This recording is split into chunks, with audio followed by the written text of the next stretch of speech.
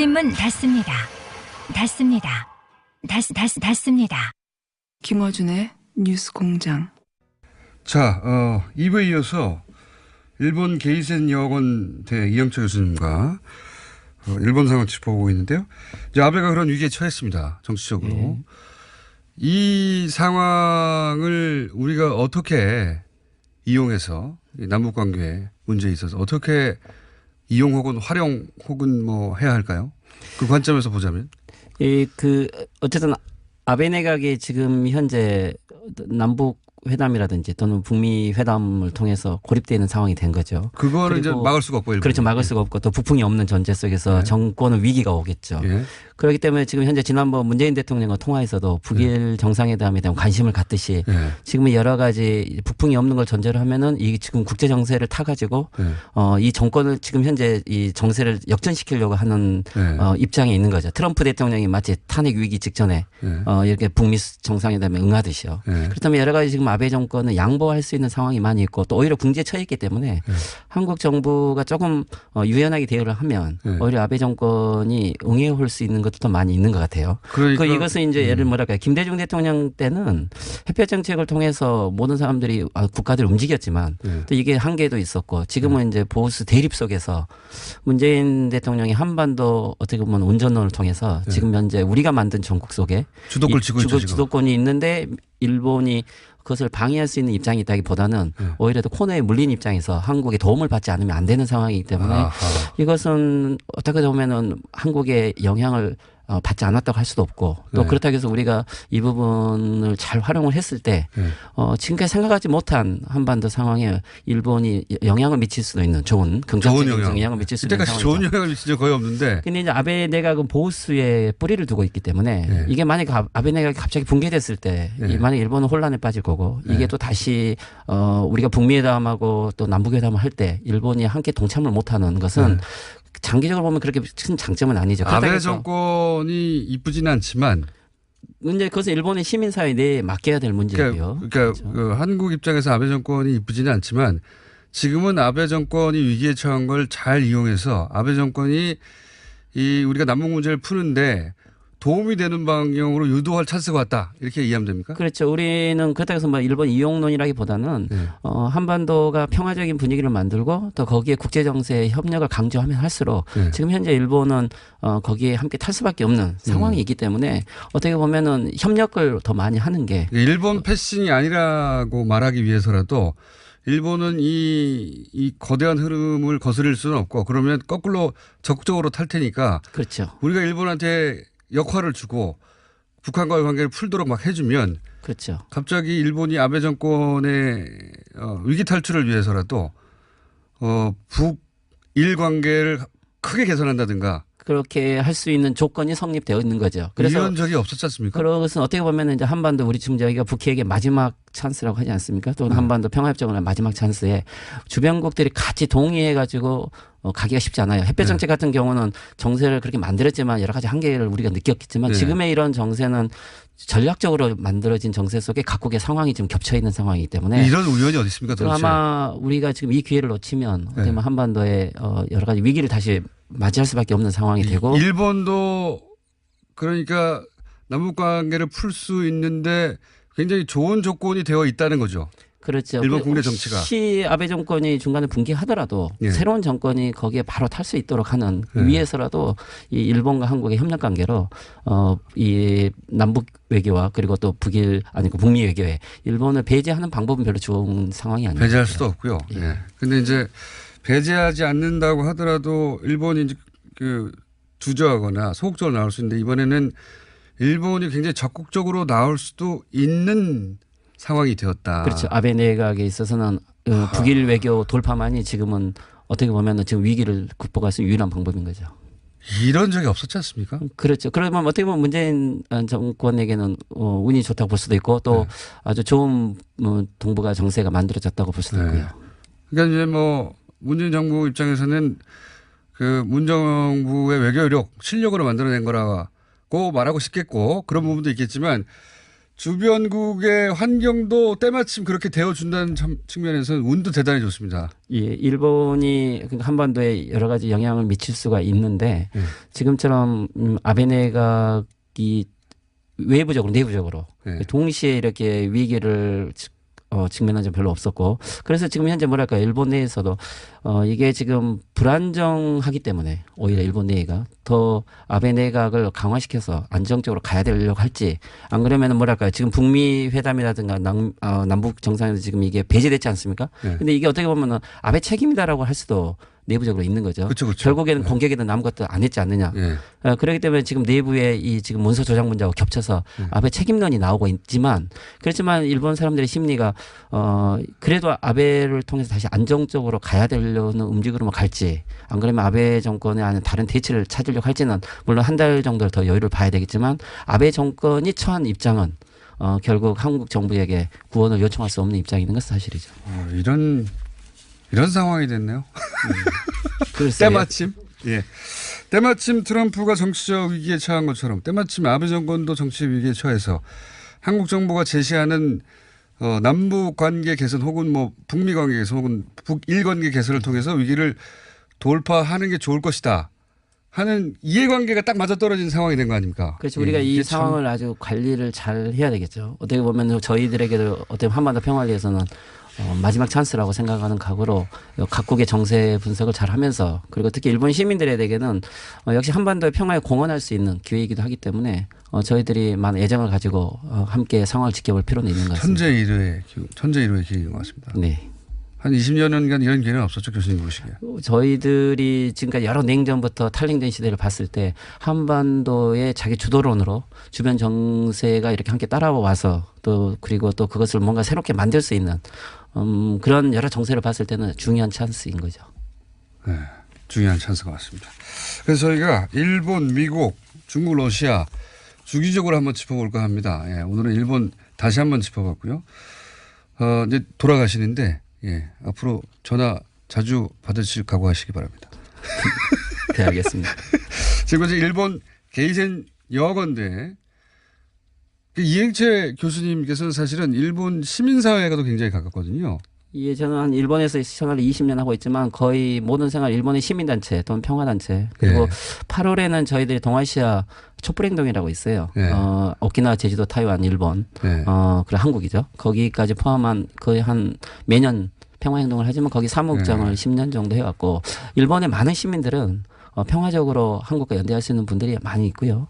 또 일본 정부와 국가와 시민들은 일치하지 않기 때문에 한국 사회가 좀 더 일본을 역사적인 프레임만이 아닌 다양한 프레임으로 보면 새로운 일본이 보인다고 생각합니다. 일본의 교수사회에 익숙하거나 또는 뭐 일본의 뭐 언론계하고 가깝거나 할 분들은 계시는데 시민사회와 이렇게 오랫동안 접점에 계신 분은 좀 드물기 때문에 저희가 교수님을 항상 모십니다. 이영채 교수님이었습니다. 감사합니다. 네, 감사합니다.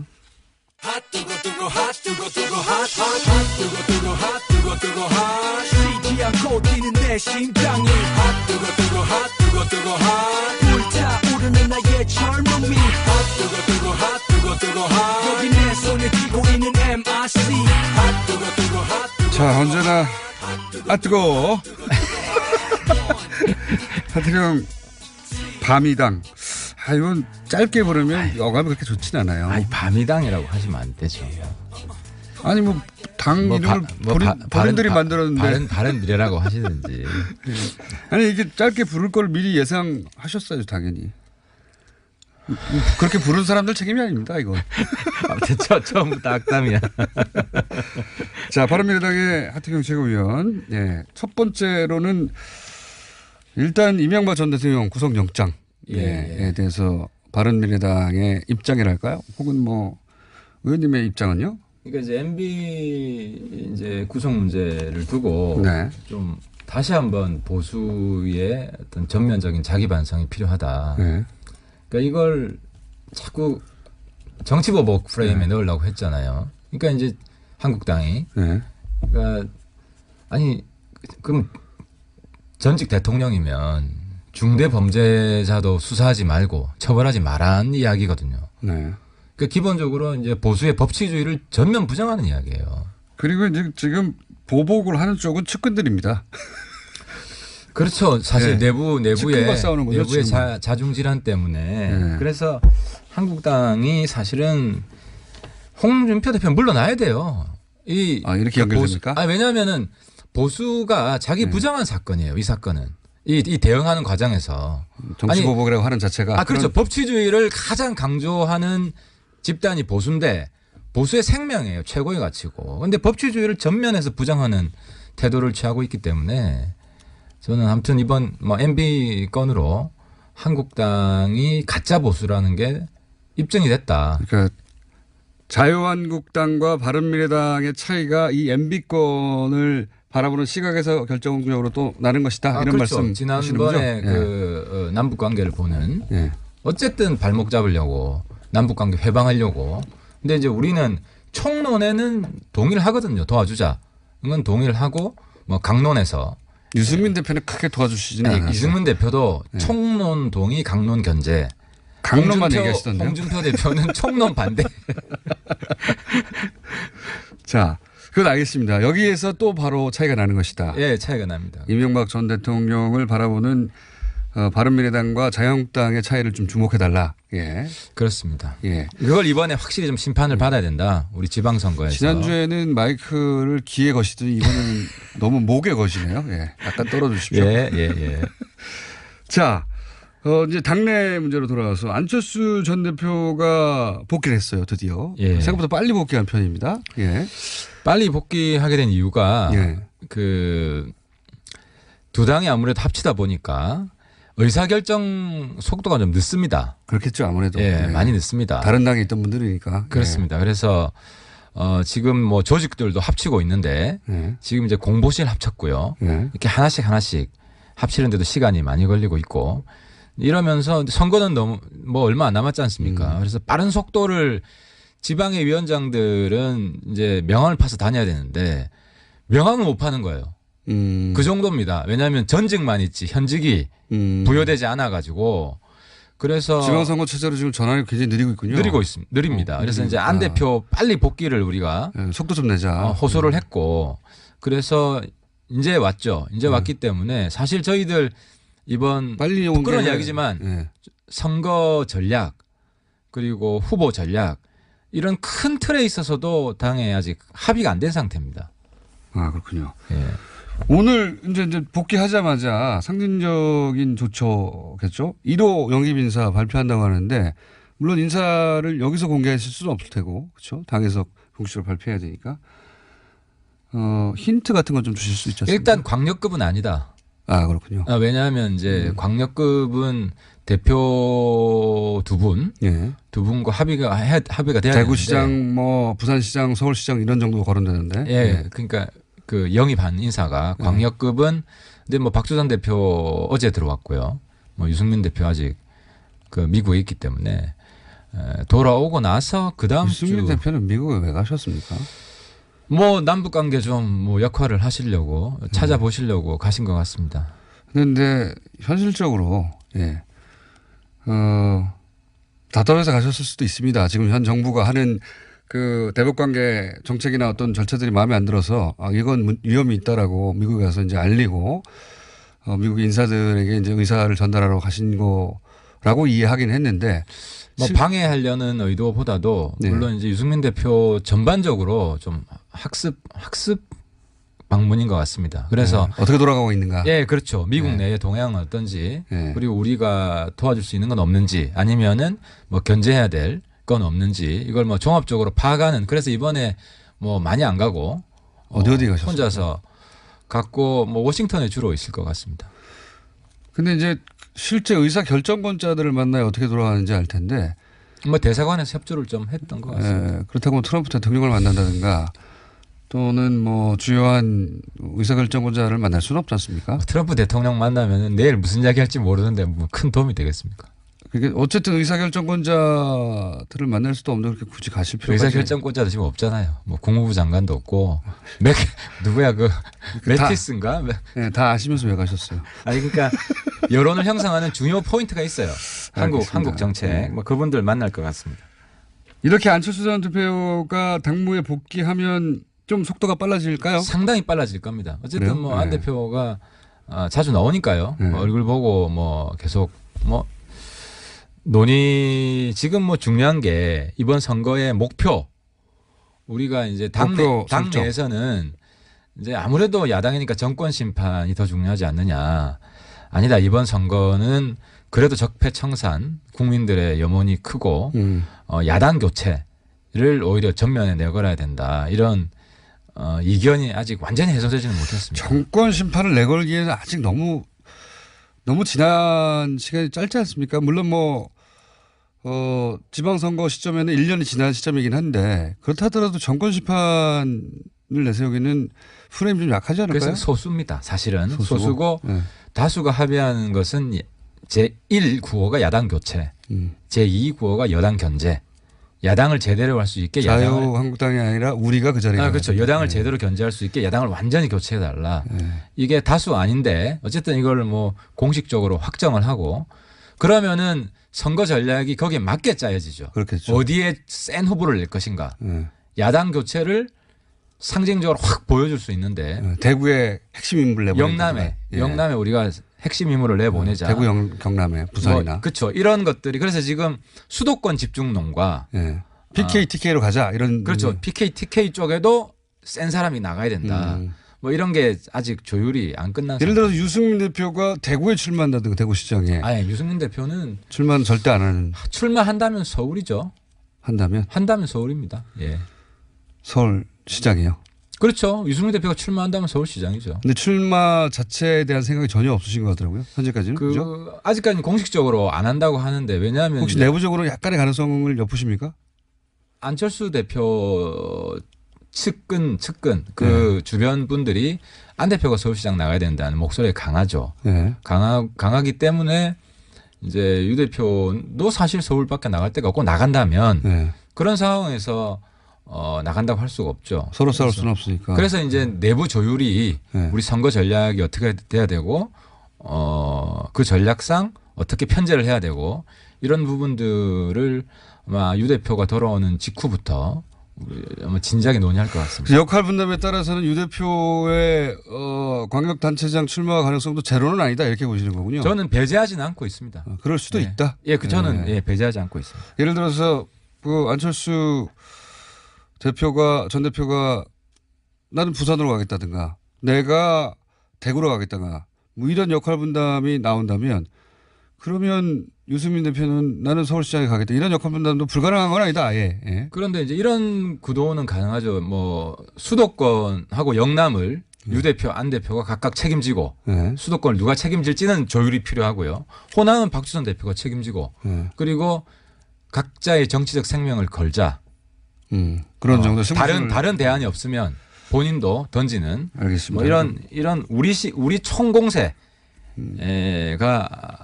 나와야 됩니다. 자유한국당도 서울시장 후보는 만들어내는데 좀 어려움을 계속 겪고 있어요. 보니까. 뭐 홍 대표가 영입을 하면 안 됩니다. 기본적으로. 이제 이게 아마 저는 공천이 끝나면 지금은 이제 공천 과정이기 때문에 홍 대표 눈치를 보는데 저도 뭐 지역에 가면 뭐 이야기를 많이 듣는데요. 공천이 다 끝나잖아요. 그러면 홍 대표 물러가라 할 겁니다. 이 정도밖에 구색을 못 가셨네요. 선거에 전혀 도움이 안 돼요. 아마 지원 유세도 오지 마라고 할 가능성이 높아요. 그러니까 한국당은 그나마 정통 이 보수당이기 때문에 좀 도와줘야 될 것 같은데 홍 대표 때문에 못 도와주겠다는 사람이 많아요. 그렇게 알겠고요. 일단 바른미래당의 주장으로.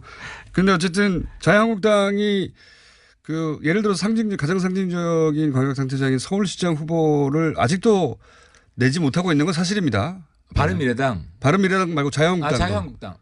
뭐 쉽지 않겠죠. 지금 뭐 이석연 바른미래당도 못 내고 있고요, 사실은. 아니 우리는 어쨌든 이영자 이름 들어가는 첫 글자가 들어간 사람이 나옵니다. 유나 안 둘 중에 하나 나오긴 나옵니다. 반드시 나옵니다.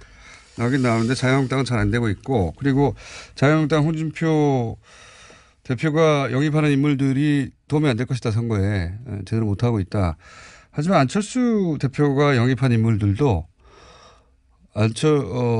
국민의당에 과거에 국민의당에 도움이 됐던 적은 없어요, 사실은.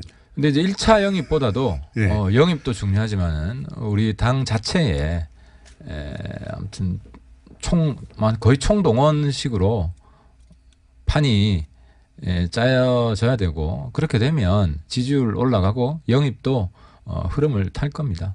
지지율 올라간다는 얘기는 진작에 하셨는데 언제 올라갑니까? 계속 떨어지고만 있는데. 그럼 뭐 합치면 20% 해가지고. 마지막에 누가 웃는지 보시죠. 박지원 전 대표가 그런 말을 했었죠. 안철수 대표가 국민당 시절에 한 6, 7개월 영입 인재위원장 했는데 한 사람도 영입을 못했다고. 제대로 이번에 영입할 리가 40명 정당일 때도 안 됐는데 지금 되겠네고. 이미 한 사람 영입했죠. 우리 충북지사 후보. 그러니까 소위 이제 충북지사 후보입니까? 예, 그 신용환. 오늘 1호 인사가 아니, 그건 이미 발표를 했고. 오늘 1호는 아직 발표 안 했지만. 저도 잘 모릅니다. 누군지. 예, 그건 열어봐야 됩니다. 봉투 열어봐야 됩니다. 두 분이 잘 어울립니까? 안철수 대표하고 유승민 대표하고. 두 분이 시너지가 있으려면 좀 긴장도 있고 가끔 뭐 갈등도 있고. 그렇죠. 두 분이 캐릭터가 그러니까 두 분의 공통점은 갈등과 긴장이 있다는 얘기군요. 예. 없을 수가 없죠. 예. 뭐 어떤 부분에서 갈등과 긴장이 드러납니까? 요즘? 제가 볼 때는 사소한 두 분의 장점이자 단점인데 정치인이면서도 너무 비정치적입니다. 어떤 면에서 그렇습니까? 아니 그 뭐 안 대표도 그렇잖아요. 사실 인기가 있었을 때는 가장 인기가 있었을 때는 비정치적이었기 때문에 그잖아요. 인기가 그렇죠. 정치인의 있었잖아요. 문법이 아니었죠. 아니었죠. 그 새 정치고 유승민 대표도 사실 그런 점이 있습니다. 그렇죠. 예. 그래서 그게 굽힐 때 또 굽히지 않고. 그게 이제 단점이기도 하고 장점이기도 하고 이게 정치인이 너무 자기 스타일, 자기 팔자를 무시하고 인위적으로 하려 그러면 이게 또 잘 안 됩니다. 지금 어디서 그런 작은 갈등들이 있습니까? 아직까지는 뭐 큰 갈등은 없죠. 하지만 여기서 문제가 생기겠구나 하는 짐작이 되는. 지난번에 갈등은 당명에서 있었습니다. 당명에서. 그건 보도가 됐었어요. 예, 그래서 이제 당명에서 있었는데. 그때 누가 이겼어요, 결국은? 유승민 대표가 이겼죠. 왜냐하면 그때 이제 바른국민 명칭하고 이제 바른미래 명칭이 유 대표는 바른국민으로 하자. 그 안철수 대표는 미래를 우리가 이름을 가져야 된다. 그래서 팽팽했어요. 그래서 뭐 여론조사까지 하자 이런 이야기까지 갔는데 유 대표가 그냥 우리가 양보합시다. 그때 제가 그래서 유 대표를 형님 정치를 시작했다. 그래서 유 대표를 다시 평가하게 됐어요. 고거했다고? 아니 근데 아무튼 긴장과 갈등이 있지만 알겠습니다. 그런 식으로 풀고 있다는 겁니다. 하지만 갈등이 있긴 있다. 그리고 뭐 그런 갈등이 있죠. 국민의당에서 오신 분들 중에 이제 박주선 공동대표. 박주민은 민주당. 공동대표를 포함하여 그분들이 가지는 불만도 없지는 않겠어요. 그죠? 당연히. 유승민 대표한테. 혹은 뭐 지금 당의 운영 방식이라든가 뭐 기타 등등. 그건 무엇입니까? 지금은 아직 뭐 제가 뭐 이야기할 정도로 심각한 그런 건 없습니다. 예. 하지만 긴장감 같은 건 이게 당연히 있죠. 왜 없겠습니까? 그렇게 같은 당내에서 긴장감을 유지하면서 오래 버틸 수 있을까요? 그게 이제 뭐 제가 윤활 역할을 잘 하고 있죠. 제가 뭐 갈등이 있으면 사전에 해소하고. 솔직히 그 역할을 제가 하고 있습니다. 윤활유를 요즘 핫해 왜 이렇게 핫하지 않냐. 제가 핫하면 안 되는 지금 상황입니다. 당내에 갈등이 있으면 이견이 있으면 갈등이라고보다 이견이 있죠. 본인을 기름으로 뿌리시는 겁니까? 양쪽에다가. 제가 지금 뭐 기름 역할을 하고 있습니다. 예를 들어봐 주세요. 뭐 예를 들어서 지난번에 청와대 그 두 분 대표 중에 누가 갈 거냐. 유승민이냐. 박주선이냐. 그게 조금 곤란했던 게 박주선 대표가 제안해서 성사된 거거든요. 박주선 대표가 함께 정상회담 하자. 같이 온 인물 숫자가 더 많지 않습니까? 영수회담을 그 남북 정상회담 앞두고 해야 된다. 해야 되는데. 그 제안을 했고 청와대가 그 제안을 수용하는 받았죠? 모양새로 된 거예요. 부의장이기도 하고. 그래서 국민의당에서 합류한 인물들이 더 많고. 그렇죠. 그런데 유승민 대표는 어떻게 결정된 거죠, 그때? 이제 일각에서는 박주선 대표 공이다. 이번 영수회담은 이제 박주선 대표 보내자는 의견도 있었고 또 그래도 이제 통합하고 첫 회담인데 우리 당의 국민적 얼굴은 유 대표다. 뭐 이런 의견이 있었는데 어떻게 중재하셨어요? 뭐 박 대표님한테 빌었죠. 어떻게 빌었습니까? 그러니까 뭐 국민의당 의원님들 힘도 빌리고 같이 해서 그래도 유 대표가 그분도 그분 스스로 돋보이는 기회를 놓치는 걸 굉장히 싫어하시는 분인데 이런 겁니다. 명분을 박주선 제일 큰 형님이잖아요. 다 담으십시오. 그릇의 크기를 더 키우십시오. 다 담으십시오. 다 담으셨습니다.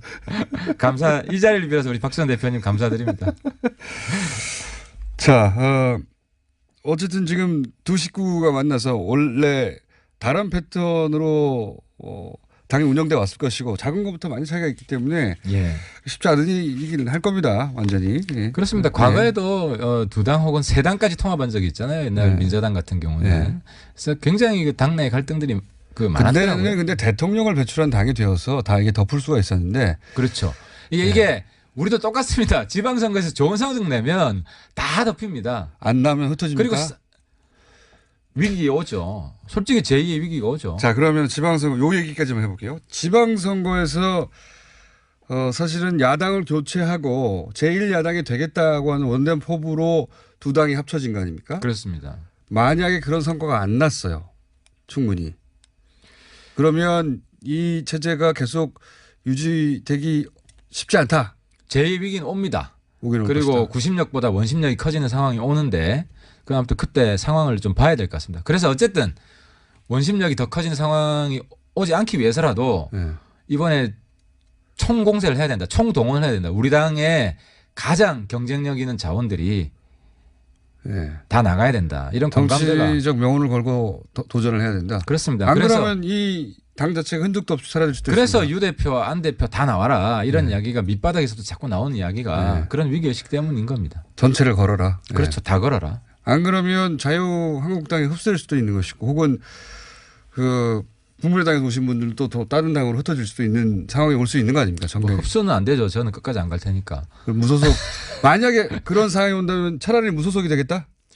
그때 상황을 봐야겠습니다만 지금은 그런 가상적인 상황에 대한 답변보다도 우리가 한번 해주세요. 재밌잖아요. 우리가 할 거다.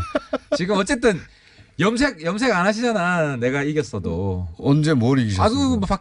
박근혜 정권 국정원 댓글. 아니 박 정권 때도 댓글이 있었다. 지금 경찰 나오는 거 모르십니까? 국정원 경찰은 댓글 공작이라고 했죠. 포괄적으로 댓글 공작이 반드시 있었다. 국정원 댓글. 국정원이 다시 방송 들어볼까요 한번? 경찰 댓글 공작 나오면은 염색 준비해 주십시오. 그 경찰 댓글이 MB 정권 때 아니에요? 그때 시작됐는데 박근혜 정권까지 갔다. 그 이후로도 이어졌을 가능성이 대단히 높습니다. 제가 볼 때 집행이 안 됐습니다. 그 경찰 조직이 그런 걸 어떻게 집행합니까? 집행이 안 되길 바라죠. 기획은 했을 거예요. 권력의 눈치를 봤기 때문에. 네. 하여튼 그렇게 바라시는 게 좋습니다. 바라시고 기원하시고. 아니 집행이 됐으면은 그건 청문회도 하고 국정조사도 하가지고 뿌리 뽑겠습니다. 그런 부분. 염색도 하시고. 경찰은 약해. 노랗게 염색하시고 그 국정조사 하세요. 염색한 내 머리가 누구 때문에 이렇게 된 줄 아냐면서. 근데 그 머리는 진짜 누구 때문에 그렇게 됐어요? 개콩까지 나오더만. 마지막 질문 하나만 더 드릴게요. 네. 민주평화당과 정의당이 공동교섭단체 구성을 하지 않습니까? 하죠. 예. 요 사안이 혹시 국회에 미칠 영향 같은 게 있다고 보십니까? 이게 난 박수 쳐드립니다. 그분들은 우리 합당을 비난했지만 저는 박수 쳐드리고 싶은데. 그런데 실제로 미칠 영향이 있을까요? 국회에? 그 선거 끝나고 하면 되는데 지금 교섭단체 해봐야 별 의미가 없어요. 의미가 없다. 네, 상임위원장 가져가는 의미는 그쪽에서 따질 일이고 영향을 미칠 일이 있겠느냐. 영향은 실제는. 지방선거 이후에도 지속이 되면 영향을 주죠. 당연히. 어떤 종류의 영향을 줍니까? 당장 예산부터 갈라가잖아요. 그리고 상임위원장 하나 가져가고. 네. 그리고 제가 볼 때 제일 큰 영향은 정의당이 이념정당에서 대중정당으로 변신하겠다는 선언입니다. 그렇게 봐야 돼요. 그리고 민주당 합당 전초전이에요 이게. 정의당과 민주당이 합당될 거라고. 민주당 합당하기 전 예행 연습입니다. 네, 그렇게 보신다. 예. 아니 민평당 자체가 독자적인 존립이 힘들고 민주당이 일부 흡수되고 일부는 퇴출될 것이고. 지방선거 이후에는 바른미래당도 독자 힘들다면서요 지금. 우리가 이기면 우리 중심으로 세상이 돌아가죠. 야당은. 이기길 기대하겠습니다. 응원 드리고요. 근데 그 기대대로 다 반드시 안 되는 게 또. 우리가 지면 인정을 하고. 다 기대대로 했으면 대통령 5명 나왔어야죠 지금. 한꺼번에. 6월 이후에 방송이 무척 기대됩니다. 지방선거 이후에. 예. 하태경 의원님이 그때 나와서는 어떤 말씀을 하실까. 예. 일단 자유한국당 쪽으로 갈 일은 전혀 없는 거죠. 뭐 자유한국당 소멸이 목표입니다. 그걸 위해서 왔고 소멸이 안 그걸 되면. 위해서 끝까지 버텼고 네. 이번 지방선거에 자유한국당 소멸에 소멸이 안 될 경우에 단추를 아마 자유한국당은 뭐 내부 자중질환으로도 아무튼 무너질 가능성이 좀 높다고 봅니다. 안 되면은 홍준표 대표는 날릴 겁니다. 아 홍준표 대표가 없으면 자유한국당 세력과도 본인이 결합할 아닙니다. 그래도 안 된다. 친박과 철새는 안 됩니다. 알겠습니다. 이렇게 말씀까지 하시니까 아무래도 무소속이 될 공산이 가장 현재로서. 자, 지금까지 바른미래당의 하태경 최고위원이었습니다. 예, 감사합니다. 감사합니다.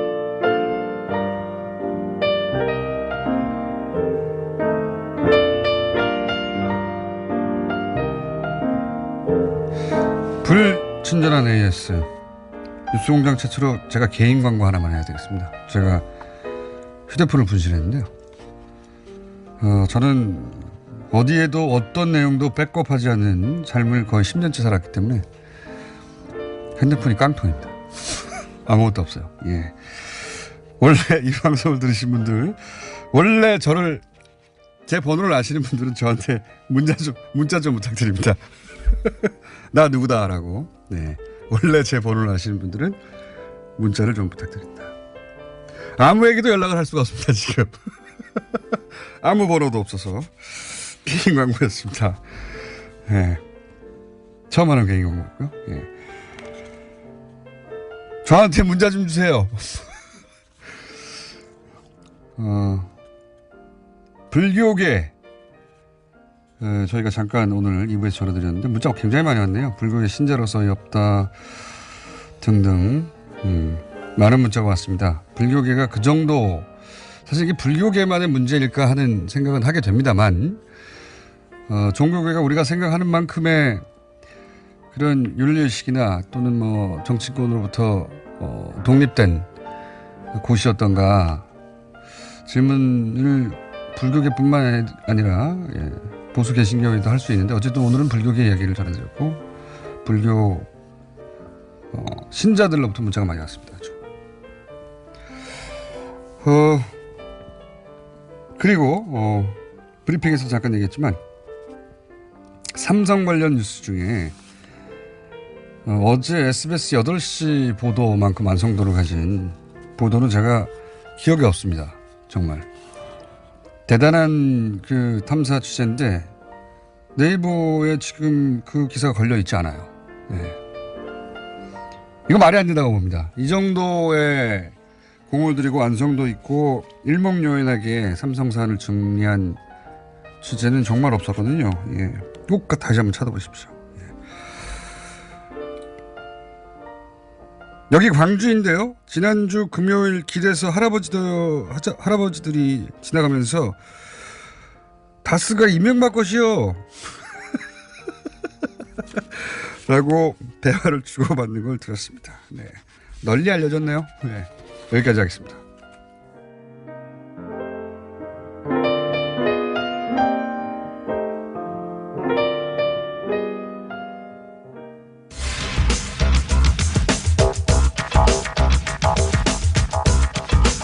원종우 씨, 과학 나오셨습니다. 네. 안녕하십니까. 예, 일단 좀 전에 문자 보내드렸거든요. 아, 그래요? 네. 저는 부모님 전화번호도 지금 모르겠고 아무도 모르겠습니다. 그래서 누구한테도 전화할 수가 없다. 네, 뭐 심심하면 저한테 하세요. 네, 친구들 전화번호 모르겠고요. 예. 아무도 모른다. 아무도 모른다. 그러니까 저한테 제발 문자 좀 보내달라. 아, 네, 오늘은 이제 UFO 얘기인데 네.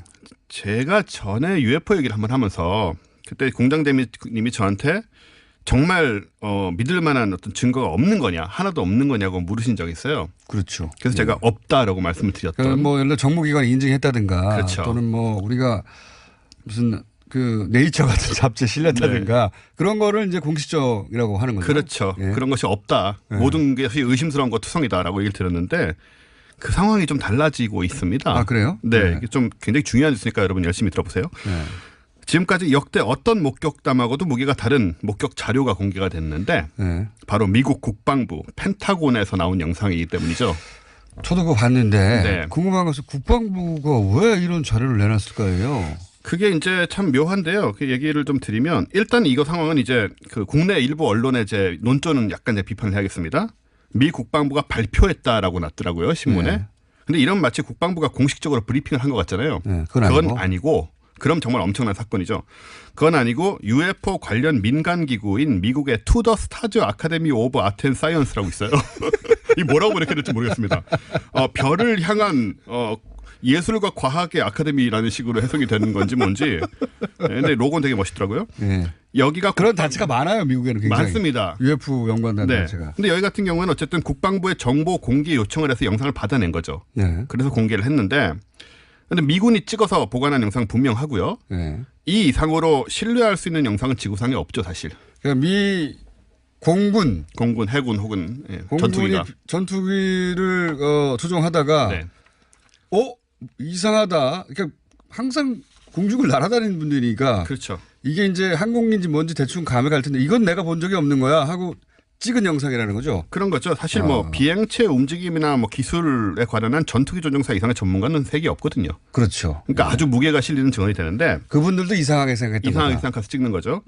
또 이번 영상은 이제 지난 2015년에 미군의 FA-18 호넷 전투기가 찍은 거예요.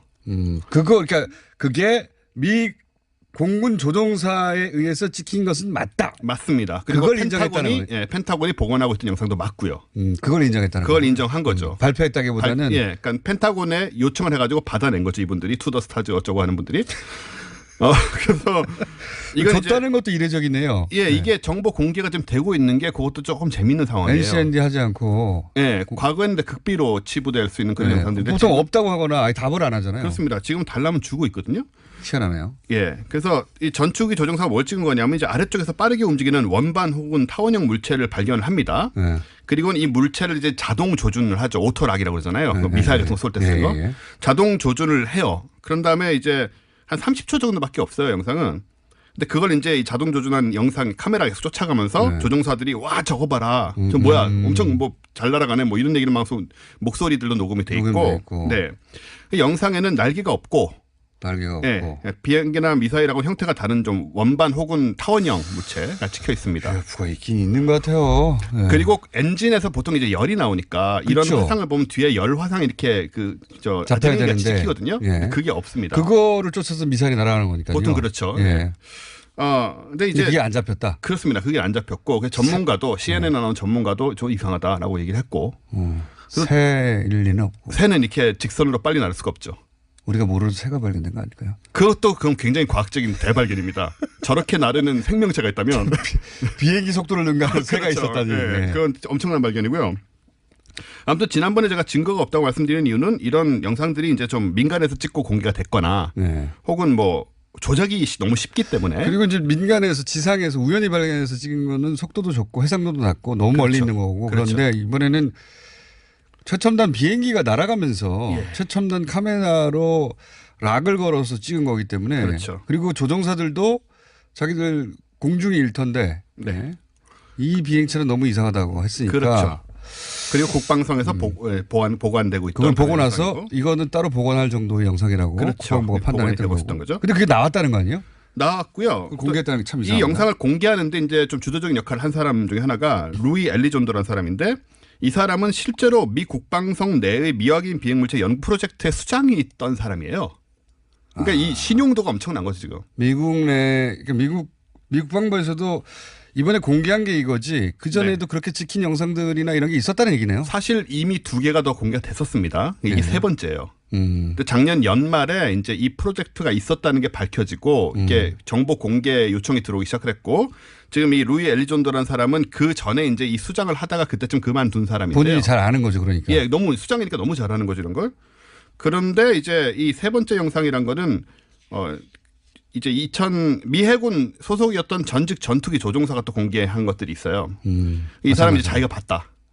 그래가지고 이 사람 본 것을 자기가 찍었으니까 이것도 이제 공개 요청을 해가지고 영상을 받아서 그러면 이 수장이었던 연말에 사람, 그 사람의 주장은 UFO가 본인이 이제 미국 방부 내에서 그 담당 연구를 하던 수장이었으니까 그 사람의 주장은 UFO는 있다는 거네요, 말하자면. 그러니까 이 사람 얘기는 뭐냐면요. 그러니까 UFO라는 게 이제 뭐냐는 거의 문제인데 이 양반이 이 정도로 얘기를 합니다. 이 비행체가 일단은 뭐 새나 이런 게 아닌 건 확실하고요. 조작이나. 이 비행체가 메이드 인 차이나냐 아니면 메이드 인 뭐 마스냐 러시아냐 아니면 마스냐 안드로메다냐 뭐 이거는 모른다 우리가. 모르지만 어쨌든 기술적으로 아주 앞선 비행체다. 라는 거는 이 사람이 그 명확하게 얘기를 하고 있는 거예요, 지금. 그러니까 지금 현재 기술로는 이게 어떻게 가능하지 할 정도의 비행체는 분명하다. 그렇죠. 이게 그런 상황이죠. 중국의 특수한 연구기관에서 몰래 개발한 것인지 아니면 우주에서 온 건지는 모르겠지만 지금까지 알려진 비행 기술하고는 전혀 다른 비행체. 그렇습니다. 그렇게 보이는 있다. 거고 또 지난번 영상 연말에 공개됐던 영상을 찍은 이제 미 해군 조종사는 또 TV에 나와서 제가 봤어요. 현재 인류의 기술로는 불가능한 움직임이다라고 인터뷰를 하고 있습니다. 그러니까 뭐 이게 지금 더 이상은 이렇게 가벼운 상황이 아닌 거예요. 이 작년 연말부터 나오는 상황인데 작년 연말에 나왔던 뉴스는 제가 얘기를 안 드린 게 비슷비슷한 게 어쨌든 계속 뭐 조금씩 나왔기 때문에 좀 더 두고 보자는 생각이 있었던 건데 이번에 또 영상이 공개되고 또 다른 영상이 공개가 되면서 이런 영상들이 지금 펜타곤에 굉장히 많겠다라는 생각이 들면서 이걸 직접 미국의 메이저 언론사들이 보도했거든요. 그렇죠. CNN이라든가 이제 뭐 MBC라든가 이런 이거를 그러니까 그 가십이 아니라 나름 심각하게 받아들인 거예요. 그렇습니다. 진짜로 있나 보네라고 주요 미디어들이 말하자면 우리나라의 지상파 언론들이 막 이거 국방부에서 발표했는데 진짜 있는 거 아니야? 이런 정도로 보도된 겁니다. 그렇습니다. 일단은 소스들이 너무 명확하기 때문에 국방성에 보관된 자료, 전투기 조종사가 찍은 것 그리고 이걸 발표한 데 역할을 한 사람들이 직접 찍은 조종사 그리고 루이 엘리존도라는 이 국방선 내 그 조직의 수장이었던 사람들이 관여가 되어 있으니까 사실은 의심스러운 링크가 하나도 없는 정도의 정보예요. 이거는. 그러니까 아마추어들이 사진기 들고 돌아다니는 게 그게 아닌 거죠. 국방부에. 그래서 진지하게 볼 수밖에 없고 이게 그래서 물론 이제 외계의 비행체라는 결론이 난 건 아니지만 이런 것이 돌아다니고 있다라는 건 우리가 어느 정도 이제 인정을 해야 되는 상황에 그렇게 찍힌 비행체들의 물체들이 동일 형상은 아니고 그때 좀 다른 거 아닙니까? 조금씩 다르죠. 북한 아닌가요? 북한? 북한 당연히 그 얘기를 들려는 건데. 지난 정권에서 북한은 할 수 없는 일이 없었었는데. 예. 그러면 이제 우리가 그 빨리 통일해가지고 그 기술 흡수해서 또 ISS도 가고. 네. 자, UFO에 관련된 최신 소식 전해드렸습니다. 원종호 씨였습니다. 감사합니다. 감사합니다.